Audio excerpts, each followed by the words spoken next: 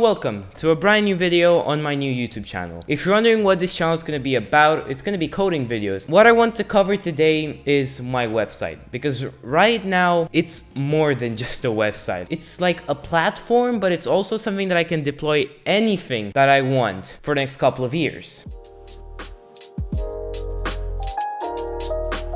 So if we take a look at my site, you see we got this front end here, but I'm pretty sure you guys are interested in what is going on in the back end. So if we go to this projects tab and we go to my website, we can see this table here, which sums up all of my microservice architecture. If you want, you can pause this to see every single one of them, but I'm mainly going to be talking about my Spring API. Spring essentially is just a background processing server, but it was really simple to make requests to somewhere and then save it onto my database. Let me show you a real world example. If we go onto my homepage, you saw here these stats in YouTube: subscribers, views, and videos. This is obviously from my main channel because this channel doesn't even have a video yet, but I'm gonna change the channels as soon as this channel starts getting some views and stuff. But if we access API/Spring, we get a greetings from the Spring microservice, which is great and all, but where is the data? So if you go here to the statistics route, we have a JSON file giving me my subscriber count, my video count, and my views count. And that is what my website makes a request to every time the page is loaded. So instead of flooding YouTube's server for my subscriber count, it can flood mine because it can handle more requests. And also because my website is far smaller. Okay, so right now I'm gonna do a little bit of a story time. If you want to skip it, please go to this time period. But if you want to listen, feel free to. My website for a while has not been like this. HTML, CSS, and JavaScript were the main things I started doing when I first discovered programming. And you could have seen from the about me on my site. My website evolved from my old domain name galaxygamers.ro to this domain name davidilia.com. The first couple of versions of my websites were just basic HTML, CSS, and JavaScript with a bunch of iterations, some really bad and some actually looking pretty nice. In May, I discovered backend web programming, which is really interesting and I really recommend you try it out. And you can start with basics like Express or React. Express is mainly used for APIs and stuff or special calls, but for my first website in Express, I put all of my front-end code base, which I've been working on this year, which is the website you just saw, and integrated my YouTube statistics microservice. For example, if we go back to my website here, a nice implementation with my new microservice architecture, you can see this contact page, which actually pings my Mailme API, which is actually written in Express, which then sends mail to my Mail API. It's kind of confusing, but it's really practical, and with multiple layers of this, I can implement a bunch of security. At the time I'm talking, my website is not like this. It's basic code. It's every time it makes a request to my database continuously, the page can crash. There's a bunch of stuff with Express which is not recommended for making websites in it, or at least personal websites or web applications or stuff like that. That's when I discovered Next.js. Next.js is, in my opinion, the coolest thing I ever saw in my life. It's really simple to just create a website with a pretty good backend, and also the only thing I'm using Next.js for is just loading my statistics from YouTube. Everything else is static HTML code, which is what I really like. It's minimalistic.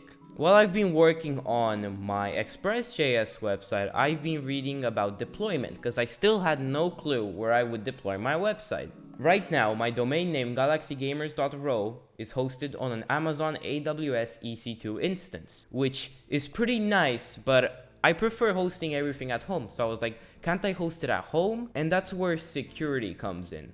Hosting things at home is not really recommended unless you have a secure dynamic DNS. I decided to quote-unquote host it at home because the only time it was like live, it was only for a day, and then my server crashed from a power surge, so everything was gone. So I just said screw it, and then that's when I started learning Next.js, which is what I want to talk about now: deployment. I use Docker and Kubernetes. If you don't know what Docker is, it's essentially a way where I can containerize, put my web applications into a sort of virtual machine, which I then use Kubernetes to scale and expose to the web. The second purpose of this video is to upgrade my server and web infrastructure. Because as I mentioned before, my other website is hosted on Amazon EC2. And I don't want to pay two places at once to host a website. So what am I gonna do? I'm gonna host everything at home. That is a bold statement because, as I mentioned before, security and stuff. Switching over to my camera microphone now, we can see this table, which is about the Davidilia platform. If you look at it, it's pretty complicated. So let's get to the very beginning. So the websites, you, the client, for example. You access davidilia.com and you first go through security. I'm going to be using a dynamic DNS to prevent DDoS attacks and such like that.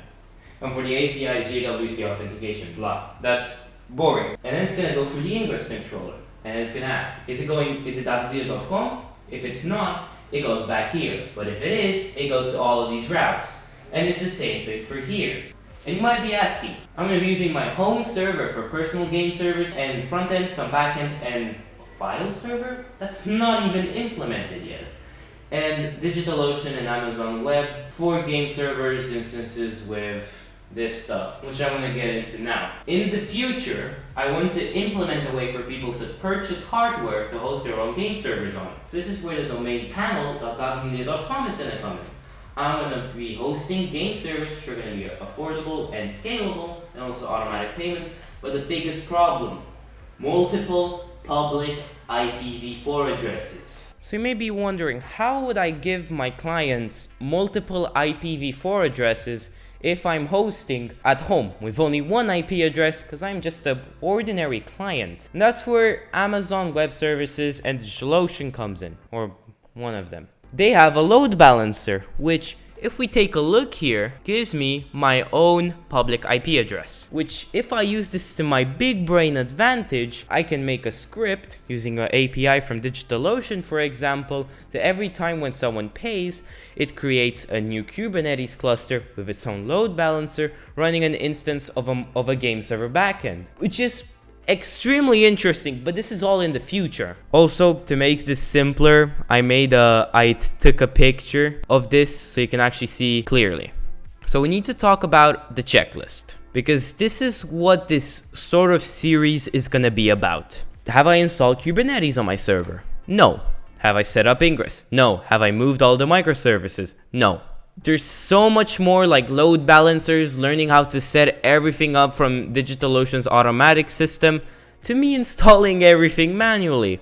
It's gonna take me a while, but then my checklist for the future, I want to set up a file server where I can keep all my files and also secure it with JSON web tokens or session IDs, and also one-click deployments. So for example, if I want to add a new domain to my website, I code up the microservices and then I specify them in my script file, for example, and it all creates everything for me. I don't even know how to do half of the stuff I mentioned in this video yet, because like this stuff, most of this stuff was already made with DigitalOcean. So I'll need to learn how to install Kubernetes, set up its own network, dynamic DNSs and stuff.